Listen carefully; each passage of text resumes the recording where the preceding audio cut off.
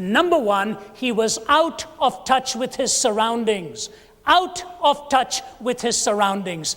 3 times in these 48 verses, 1,328 words, which the scholars refer to as a minor prophet. 3 times in this tiny little book, God gives him a threefold imperative: arise, go, and cry. Arise, go, and cry. That arise literally means wake up.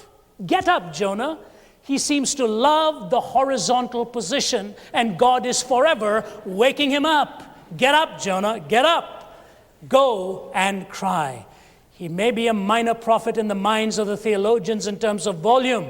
He is not minor in terms of intensity. Jesus himself refers to him, and if he were indeed a minor prophet, he's the only minor prophet Jesus referred to in his own earthly ministry. Arise, go and cry, out of touch with the storm that is raging outside. Let me try and point something out to you.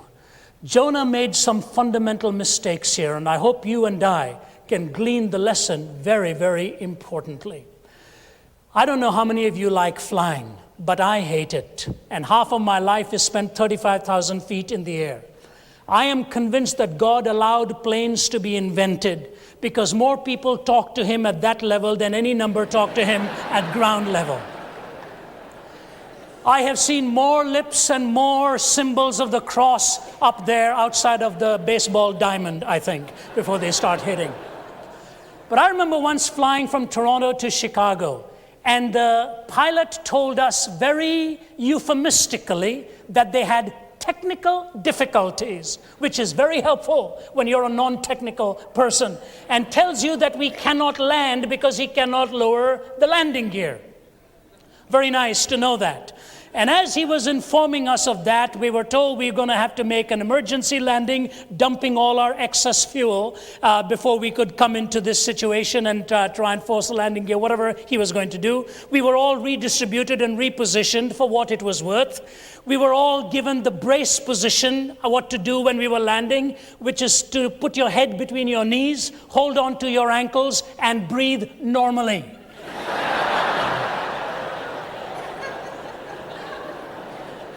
Of course, outside there are police cars and ambulances, and the lights are flashing, and you're settling all your last rites with God, as it were. Have you ever wondered why they call these places terminals? That's always been one of the most intriguing things to me. They call them and then the pilot tells you we're in our final approach, as if you're not convinced yet. But as I looked around the inside of the aircraft, do you realize there was not one person asleep? Not one man, woman, or child asleep. And if the eyes were closed, the lips were moving. You see, you can't go to sleep when there's such a ravaging risk around you, and a storm, as it were, gathering around that aircraft. Ladies and gentlemen, there's a storm around our world right now, all over, including our streets right here, and some of us are tending to be sound asleep, out of touch with what is really going on in that cloistered existence where the door can be shut and we look upon ourselves and feel how nice it is to be in this protected setting. Let me describe for you one writer, George Will, who writes in Newsweek magazine periodically, describing the situation right here in the American scene in an article entitled Decadence and the Times. Times Square, rotting core of the Big Apple, is home of this city's last growth industry, pornography. This industry has flourished in spite of a naive hope, and it represents the failure of a public policy, which, like so many liberal policies, was based on nothing more than naive hope. Some aspects of our American life have become so vulgar that they can hardly be discussed without contributing to the coarsening of our lives. Elbow your way through the dirty men in dirty raincoats and crowded peep shows, and read for yourself the vivid descriptions of current fare. These are no longer just seedy storefront operations. On 8th Avenue, there's a pornography supermarket, a Piggly Wiggly for perverts. It is located in a modern building owned and shared by a major bank. Pornography in this area has achieved new sliminess involving children and animals, and business is booming. I shall not continue, except with a parenthetical reminder to you that Dr. James Dobson said the 3 most painful years of his mature Christian life was spent when he was on the Presidential Commission looking into this horrific trade where men, women, and children are being exploited. He talked about how a little boy had been stabbed by a blade and how one pornographer thought it was enough to take a picture so that he could titillate the imaginations of some of those indulgent men who were going to buy his magazine. And Dobson reminds us of the image he had in his mind of a huge piece of mechanism standing beside a building, just knocking that building down into bits and pieces. And he said, as I walked through the room once to get away from the intensity of what I was being exposed to and the horror of it, he said, I thought to myself, dear Lord, is this what these people are doing to our nation and to our children? It's real. The storm is out there as a whole generation is being sacrificed. But listen to what he continues in the movie industry harnessing this. Until the final minutes, this Latin American film called Snuff is a mishmash of shootings and knifings and general mayhem. This part is not much worse than what erupts on U.S. television at 9:01 each night after the family hour. But the final minutes of Snuff show a man dismembering and disemboweling a live woman using a knife, wire clippers, and an electric saw. The only groups to complain were the feminist groups that missed the larger point and denounced Snuff as an insult to women. The final murder, whether real or fake, is repulsive enough to convince the dismal viewers who want to believe it is real. When I saw the final butchery, left the viewers tittering merrily, asking one another, it was real, wasn't it? The audience would have been surly if the murder had been unconvincing. Remember a decade ago, the Connecticut woman who went to see I Am Curious Yellow? That Swedish film was a great shocker in the 60s, even though it only showed simulated sexual intercourse. That wasn't enough for the Connecticut woman who indignantly walked out and said, I paid for filth and I didn't get filth.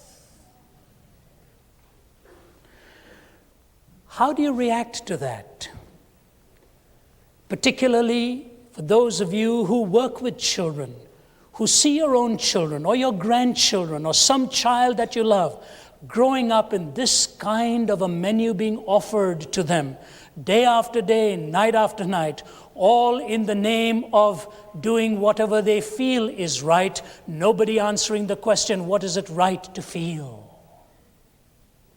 Half of my ministry is spent on university campuses, tough, hard-nosed, agonizing settings. Just a few days from now, I will be on the Ohio State campus for 4 days, which is the largest university in this country.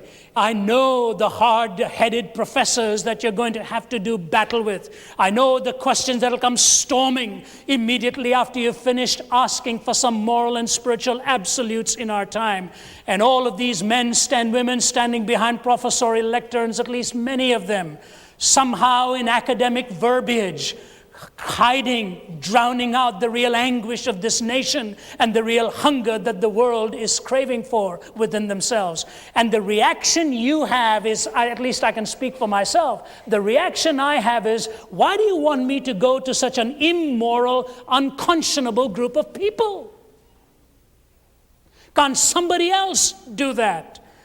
A week ago, sitting in a Middle Eastern country that I shall leave unnamed, sitting at a head table surrounded by people of a completely different worldview, a strong fundamentalist religious movement, flanked on every direction on their side and about to stand up and give my own testimony called The Journey of a Skeptic. I can't tell you how your heart beats harder and harder and you want to say, God, I wish there were somebody else you could put into this place, put me in the confines of a setting like a church where they all will agree with me.